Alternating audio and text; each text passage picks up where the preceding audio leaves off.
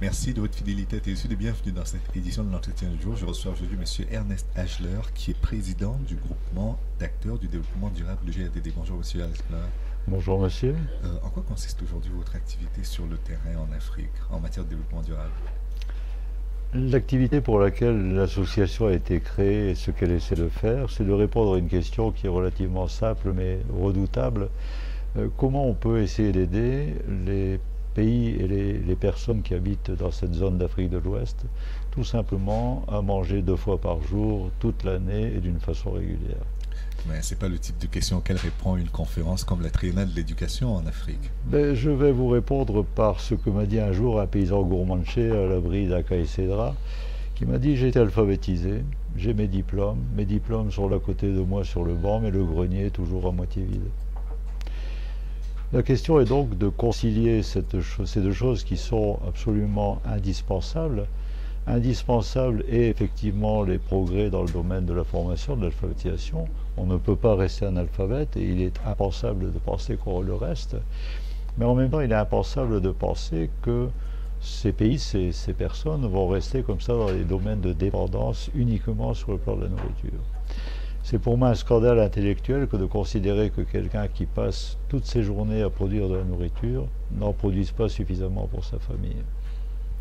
Et pourtant, l'autre dimension de la question, c'est que vous savez le gap qu'il y a entre les villes et les villages, et puis vous savez également le gap qu'il y a entre les personnes qui ont un diplôme, qui ont des conditions de travail leur permettant de gagner leur vie grâce à ce diplôme, et ceux qui n'en ont pas du tout. Est-ce qu'il faut un diplôme pour gagner sa vie? C'est une grande question, c'est une question très intéressante. Et en plus, est-ce qu'il faut que cette reconnaissance soit formatée? Est-ce qu'il faut que cette reconnaissance passe par des cursus diplômants? Une petite remarque, mais quelque chose d'un peu amusant. Au Moyen-Âge, des artisans, des compagnons faisaient des choses extraordinaires.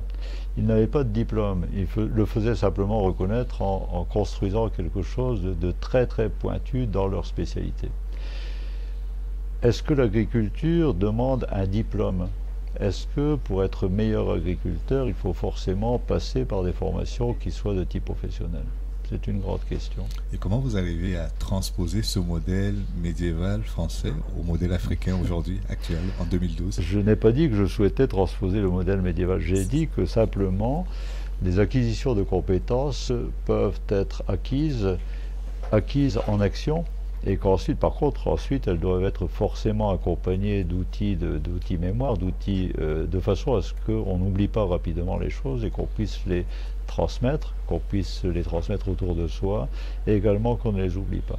D'accord.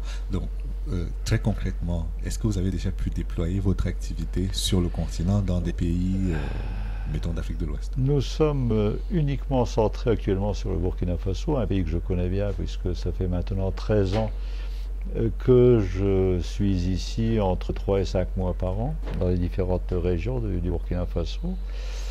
Je connais bien donc, et ce que nous avons construit avec des associations africaines, c'est, je veux dire, un prototype de fonctionnement qui intègre le fonctionnement des communautés villageoises. Autrement dit encore, rien ne peut se faire si les communautés ne sont pas parfaitement acquises aux idées et si elles ne sont pas construites avec elles. Et sur le plan concret, quand vous allez par exemple dans une communauté villageoise, puisque c'est généralement dans ce cadre-là que vous y allez, je rappelle que vous êtes...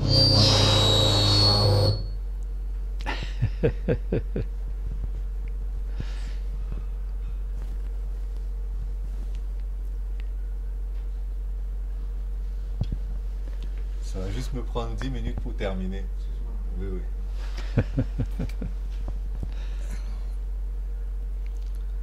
On va reprendre Bien sûr. sur la partie des... Bien sûr.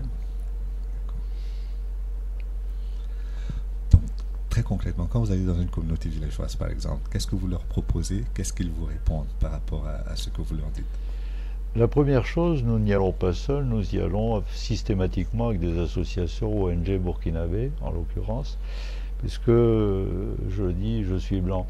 et je considère que le développement est d'abord et essentiellement un problème endogène burkinabé. La première chose est de faire en sorte que la communauté ait une conscience meilleure de la situation dans laquelle elle se trouve. Si cette conscience aboutit à l'idée que l'on peut essayer de faire quelque chose pour transformer la situation, on peut se mettre à travailler. Par contre, si des blocages font qu'on ne peut rien changer, ce n'est pas la peine d'entreprendre ce travail puisque rien ne va se transformer. Alors concrètement, ça se traduit comment pour vous, l'ancien l'enseignant retraité aujourd'hui, qui n'a tout de même pas oublié qu'il est formateur? Mais je sais ensuite construire à partir... Donc on est sur une action, à la fois action et travail de formation. L'action permet de comprendre immédiatement quel est le sens que l'on veut donner à cette activité et comment elle va se répercuter sur une meilleure façon de vivre, une meilleure possibilité de vivre dans ces villages. Et à ce moment, les personnes comprennent facilement que les choses se construisent en même temps, qu'il ne faut pas oublier qu'on peut faire. Et l'ancien enseignant que je suis a un défaut, c'est d'être exigeant par rapport aux productions et par rapport aux outils que l'on a à créer pour que ça se fasse.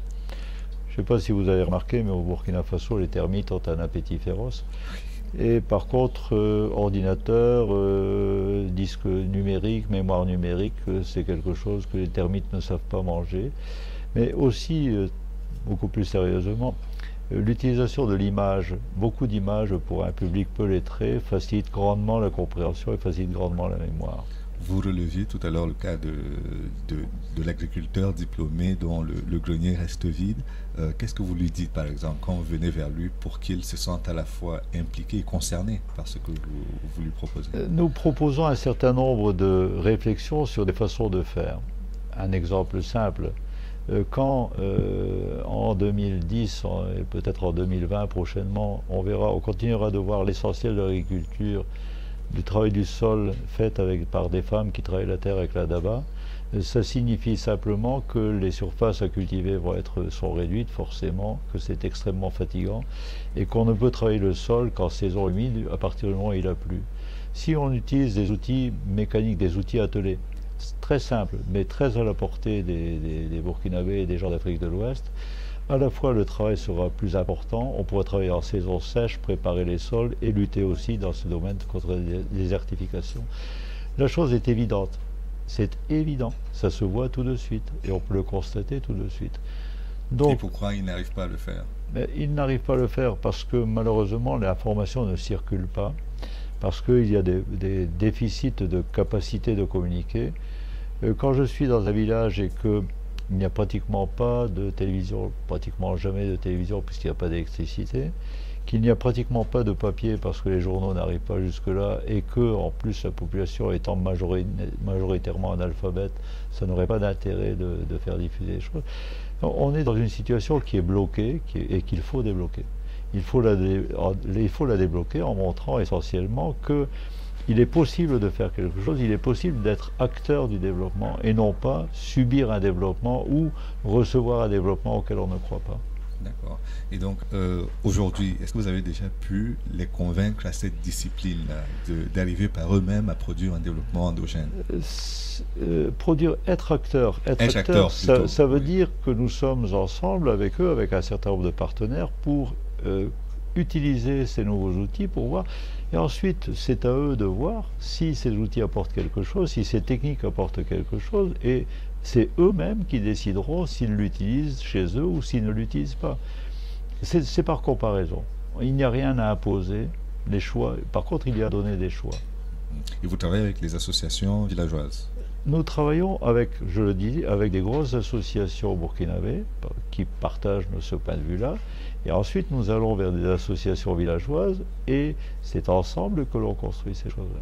D'accord. Et vous arrivez à obtenir des appuis ou pas des différents partenaires? Déjà le gouvernement lui-même, au niveau interministériel et au niveau des partenaires au développement de façon plus globale? Aujourd'hui, nous apportons essentiellement les investissements techniques, l'argent pour les investissements techniques nécessaires, en particulier pour développer l'accès à l'eau et pour acheter quelques outils nécessaires auprès de bailleurs de fonds du Nord. Dans les sphères du ministère de l'Éducation, dont je connais très bien les personnes puisque ça fait longtemps que je travaille dans cette zone, l'écoute est tout à fait intéressante et je pense que les idées sont très bien reçues. Il faut maintenant passer de l'autre côté de la barrière, c'est-à-dire de passer à quelque chose de très concret. Par exemple que l'État burkinabé prenne en charge, quand il le peut, cette toute petite partie éducation-formation qui est tout à fait nécessaire, mais en utilisant les outils que nous utilisons, et non pas en utilisant les outils traditionnels qui sont actuellement concernés. Les choses avancent, et je pense qu'également dans ce prototype de développement, les choses avancent également. Il y a de nombreuses associations, ONG, structures qui commencent à partager ce discours.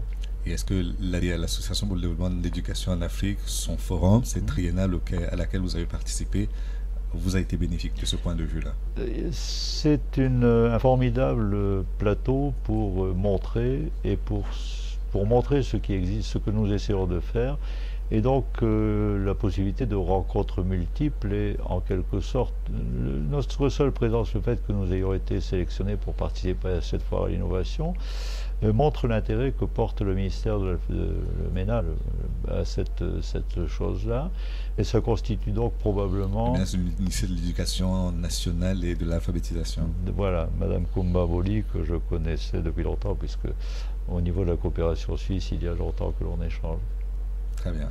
Alors, qu'est-ce qu'on peut prévoir comme développement pour vous dans les prochaines semaines ou les prochaines années qui vont suivre ce forum? Je le répète, nous sommes bénévoles, nous travaillons gratuitement. Quelque chose qui nous paraît extrêmement important et intéressant, c'est que d'autres se saisissent non pas du contenu exact, non pas de quelque chose de fermé, de bloqué, mais d'un principe de fonctionnement et qui peut être ensuite adapté à différents endroits, à différents pays et transformé si besoin est en fonction des dispositions locales.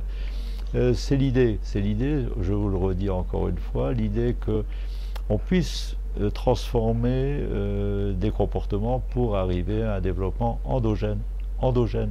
Nous sommes dans le micro-développement et non pas dans le macro-développement, ce qui serait une ambition démesurée. Et comme enseignant, vous arrivez à faire des jumelages entre les institutions de formation ou d'éducation à la fois en France et au Burkina ou pas? Celle qui me paraît intéressante, qui est en cours de construction, c'est avec une école nationale d'ingénieurs agronomiques française de Toulouse où j'habite, une discussion est en cours avec un institut, le fameux 2IE, dans cette branche-là. J'espère que ça va aboutir. D'autres possibilités existent également, puisque il me paraît anormal de ne pas associer des gens qui ont un très haut niveau de formation à cette préoccupation très terre à terre.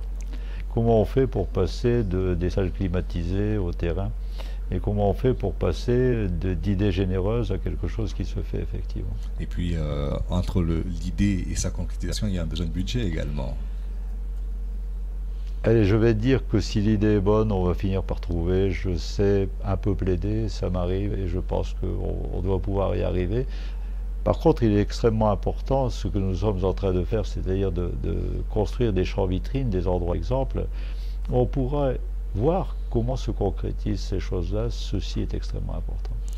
Et comment vous faites pour passer de l'enseignement tout court? C'est peut-être une question anodine et triviale, mais comment on passe de l'enseignement à l'agriculture, à un discours aux agriculteurs sur leur espace de vie Ceci est d'abord une histoire personnelle. Quand j'étais jeune, j'ai travaillé dans les champs français. Je sais ce que ça veut dire. J'ai un jardin personnellement qui est biologique et je l'ai toujours fait, je l'ai toujours eu. Ce sont des questions qui m'intéressent parce qu'elles touchent à la vie quotidienne, elles touchent à la vie propre. Et je ne suis pas de ceux qui s'enferment derrière un bureau. Je sais aussi manier les outils, ça m'intéresse. Et donc, quand les choses vous intéressent, on a toujours les moyens de faire.